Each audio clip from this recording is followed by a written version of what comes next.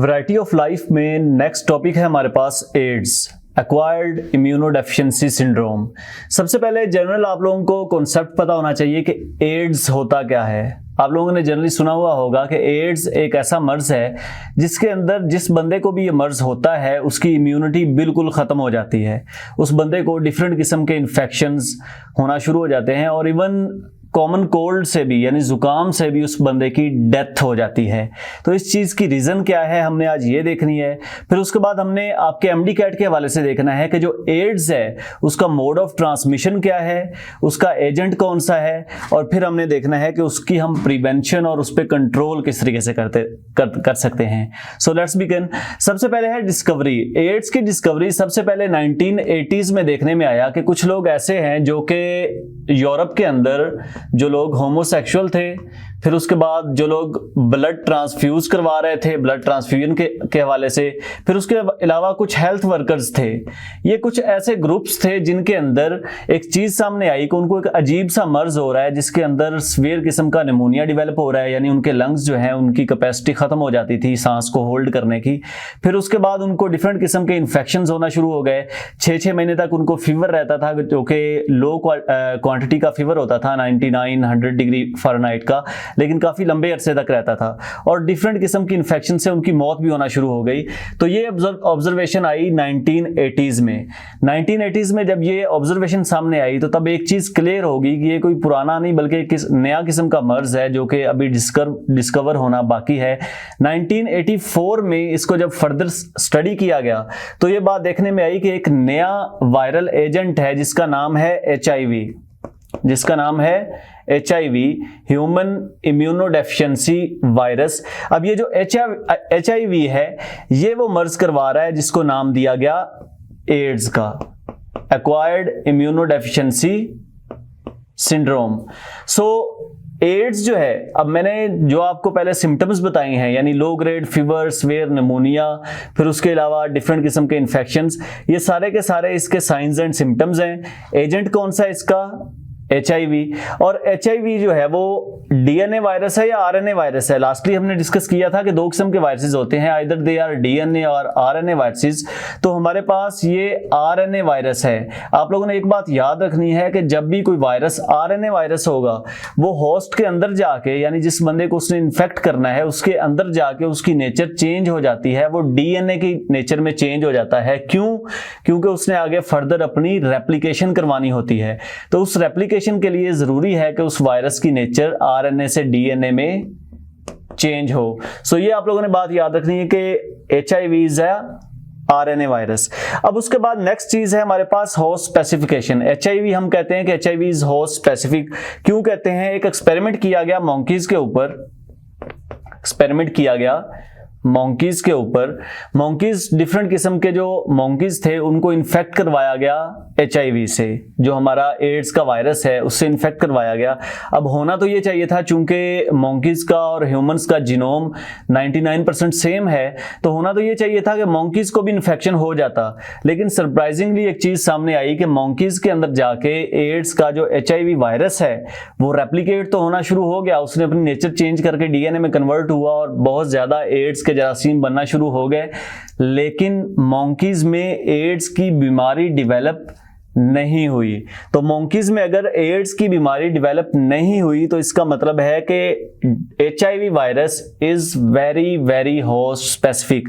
ये सिर्फ अपने स्पेसिफिक होस्ट को ही इन्फेक्ट करता है, उसके अलावा दूसरे होस्ट को ये इन्फेक्ट नहीं करता। तो ये आप लोगों ने बात याद रखनी है। आप लोगों के एमडी गाइड में वो पूछ सकता है कि ह्यूमंस और फलां स्पीशीज का जीनोम सेम है, तो उस सेम जीनोम के साथ अगर एक वायरस आता है, वो आपको वायरस का नाम ना भी दे, एक वायरस आता है जिसकी सिम्टम्स में सीवियर निमोनिया हो, उसके बाद फीवर हो लो ग्रेड, फिर उसके बाद डिफरेंट किस्म के इन्फेक्शंस हो, तो बताएं कि क्या वो वायरस किसी और स्पीशीज को इन्फेक्ट करेगा? तो ऐसा नहीं होगा, वो किसी और स्पीशीज को इन्फेक्ट नहीं करेगा, बिकॉज वो वायरस आप लोगों ने सिनेरियो से अंदाजा लगाना है। HIV की बात कर रहा है और HIV इज होस्ट स्पेसिफिक। अब नेक्स्ट आप लोग के एमडी कैट में पूछा जाता है मोड ऑफ ट्रांसमिशन, के जो HIV वायरस है एड्स का, उसका मोड ऑफ ट्रांसमिशन क्या है। जैसे मैंने आपको शुरू में बताया, सबसे पहले ये वायरस देखने में आया था होमोसेक्सुअल्स के अंदर, लेकिन बाद में पता चला कि ज़रूरी नहीं कि सिर्फ होमोसेक्सुअल्स के अंदर ही ये वायरस हो, बल्कि जो और दूसरे ग्रुप्स थे सेक्स के हवाले से, उनके अंदर भी ये वायरस जो है उसकी तस्दीक हुई थी। तो इसका मतलब है कि जो अनप्रोटेक्टेड सेक्स है, यानी जिस सेक्स के अंदर ये प्रिकॉशन ना ली जाए कि आप फर्ज ना करें कि अगले बंदे को कोई ना कोई डिजीज हो सकती है, उस अनप्रोटेक्टेड सेक्स के जरिए भी ये वायरस किसी भी दूसरे पर्सन में फैल सकता है। फिर दूसरी चीज है सिरिंजेस। जो सबसे कॉमन इसका फैलने का जरिया है वो सिरिंजेस है। सिरिंजेस के जरिए कैसे फैलता है? खास तौर पे जो आईवी ड्रग एब्यूजर्स हैं, आईवी ड्रग एब्यूजर्स यानी जो नशा वगैरह करते हैं और इंजेक्शन लगाते हैं, वो इंजेक्शन एक ही इंजेक्शन से मल्टीपल यूज करते हैं उसी इंजेक्शन का। तो उससे होता क्या है कि फॉर एग्जांपल एक बंदे ने एक इंजेक्शन यूज किया, उस बंदे के अंदर एड्स का वायरस मौजूद था, HIV, फिर वही इंजेक्शन जब किसी दूसरे बंदे ने इस्तेमाल किया, जो कि आम कॉमन प्रैक्टिस है, तो उस वजह से वो वायरस ट्रांसफर हो जाता है और अगले बंदे में भी कौन सी बीमारी ट्रांसमिट हो जाती है? एड्स की। So main source of transmission इसका जो है वो सिरिंजेस है। फिर उसके बाद जो हेल्थ वर्कर्स हैं, जैसे हमने ऊपर ग्रुप को डिस्कस किया, हेल्थ वर्कर्स हैं, हेल्थ केयर वर्कर्स, उनका चूंकि बहुत ज्यादा क्लोज कांटेक्ट होता है पेशेंट्स के साथ, तो उनमें भी ये वायरस जो है वो फैल सकता है। फिर उसके बाद जो अगर एक पेशेंट है जिसको एड्स हुआ है, उसके सलाइवा से, उसका जो थूक है उसके जरिए, क्योंकि ये बॉडी की जितनी भी सेक्रीशंस हैं उनके अंदर ये वायरस जो है वो आगे ट्रांसफर हो सकता है। तो सलाइवा इज अ सेक्रीशन, तो उस सेक्रीशन के जरिए भी फैल सकता है। फिर उसके बाद जो ब्लड ट्रांसफ्यूजन है हमारे पास, या ट्रांसफ्यूजन के जो प्रोडक्ट्स हैं, ब्लड ट्रांसफ्यूजन या जो ट्रांसफ्यूजन के प्रोडक्ट्स हैं, यानी एक बंदा जो है वो ब्लड ट्रांसफ्यूज करवा रहा है, उसकी स्क्रीनिंग नहीं होती प्रॉपर ट्रांसफ्यूज करवाने वाले की, तो अगर ब्लड ट्रांसफ्यूजन वाले जो डोनर है उसके अंदर HIV मौजूद है, तो जो रेसिपिएंट है उसके अंदर भी HIV ट्रांसफर हो जाएगा। इसी तरह ट्रांसफ्यूजन के जो प्रोडक्ट्स हैं, यानी होल ब्लड के अलावा आप कोई पॉइंट ब्लड या पिन पॉइंट ब्लड जो है वो ट्रांसफर करवाएं, तो उसके जरिए भी एड्स जो है वो दूसरे बंदे में ट्रांसफर हो सकता है। तो ये लिस्ट आप लोगों ने याद रखनी है, ये भी आप इसमें कोई ना कोई MCQs पूछा जा सकता है। लास्टली है हमारे पास कि इसकी प्रिवेंशन या कंट्रोल जो है वो किस तरीके से की जा सकती है। आप लोगों ने याद रखना है कि चूंकि this is a viral disease, तो वायरल डिजीज का सबसे मेन प्रिवेंशन या सबसे मेन कंट्रोल जो है वो दो तरीकों से होता है। एक तो यह है कि आप उससे वैसे ही बच जाएं, आप इतनी एहतियात करें, प्रिकॉशन लें कि आपको वो डिजीज जो है वो हो ही ना। तो ये सबसे पहला सिनेरियो है और पूरी दुनिया में यही चीज अभी तक प्रैक्टिस हो रही है। लेकिन जो दूसरा है वायरल डिजीज के हवाले से, वो है वैक्सीन। अब जो एड्स की वैक्सीन है वो 2001 में डेवलप होना शुरू तो हो गई है साउथ अफ्रीका के अंदर, उसके ट्रायल्स भी इवन स्टार्ट हो चुके हैं, लेकिन अभी तक हमारे पास एड्स की वैक्सीन उस खास पोटेंसी में जो कि रिक्वायर्ड है उस तरीके से नहीं आई। सो प्रिवेंशन एंड कंट्रोल किस तरीके से मुमकिन है, इसके लिए आपको मोड ऑफ ट्रांसमिशन का पता होना चाहिए कि अनप्रोटेक्टेड सेक्स नहीं होना चाहिए, सिरिंजेस जो है वो दोबारा इस्तेमाल नहीं करनी चाहिए, हेल्थ केयर वर्कर्स जो है उनको प्रिकॉशन लेनी चाहिए, सलाइवा और ब्लड ट्रांसफ्यूजन प्रोडक्ट्स किसी भी बंदे के, उनसे आपको दूर रहना चाहिए। तो इस तरीके से इसको प्रिवेंट किया जा सकता है और इसको कंट्रोल किया जा सकता है।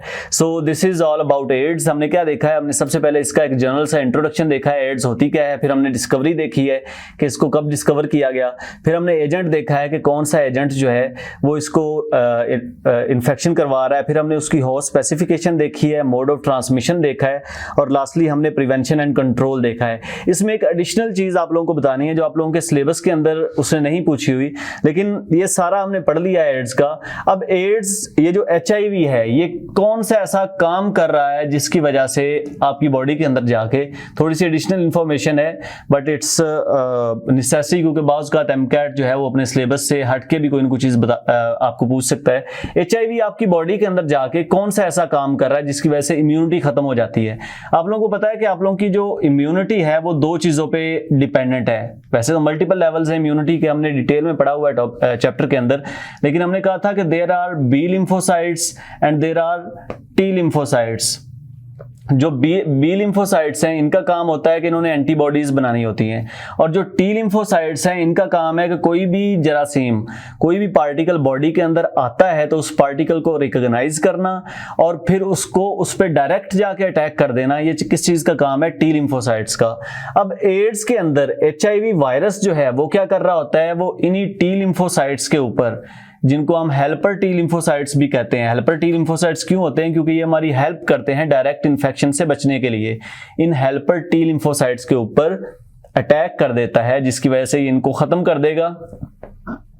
अगर टी लिम्फोसाइट्स खत्म हो गए तो क्या होगा? बॉडी के पास एंटीजेंस को या डिफरेंट इन्फेक्शंस को या इन्फेक्शियस पार्टिकल्स को रिकॉग्नाइज करने की कोई एबिलिटी मौजूद नहीं होगी। जब उसके पास कोई एबिलिटी मौजूद नहीं होगी तो B lymphocytes will be unable to produce any antibodies. तो इसी वजह से हमारे पास कौन सा इन्फेक्शन होगा? एड्स का। सो ये थोड़ा सा इसका मैकेनिज्म आपको बताया है ताकि कॉन्सेप्ट्स जो हैं वो आपके क्लियर हो जाएं।